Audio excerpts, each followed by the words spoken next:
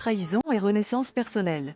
Le jour de mon anniversaire, alors que je soufflais mes bougies entouré de mes amis, mon meilleur pote a révélé devant tout le monde un secret que je lui avais confié.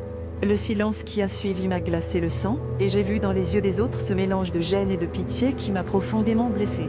Ce coup de poignard venait de la personne en qui j'avais le plus confiance, et j'ai passé la soirée à me demander ce que j'avais fait pour mériter ça. Les jours suivants ont été les plus sombres.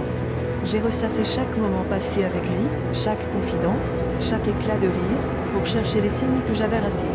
Très vite, j'ai compris que ma douleur ne venait pas seulement de sa trahison, mais aussi de toute l'importance que je donnais à l'opinion des autres.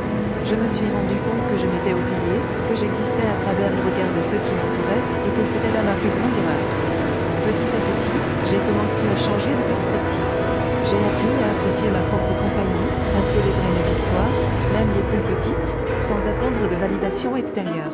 J'ai renoué avec mes passions, pris du temps pour moi, et j'ai construit une confiance solide, forgée dans la douleur mais indestructible. Les vrais amis sont restés, les autres sont partis, mais surtout, j'ai gagné quelque chose d'inestimable, l'amour de moi-même. Aujourd'hui, je ne remercie pas la trahison, mais je remercie la leçon. J'ai compris que personne ne devrait être le gardien de mon bonheur à part moi. Si tu traverses une période difficile à cause de quelqu'un qui t'a blessé, rappelle-toi que c'est souvent dans la douleur que naissent les plus belles forces. Apprends à t'aimer, et tu verras, plus rien ne pourra t'atteindre comme avant.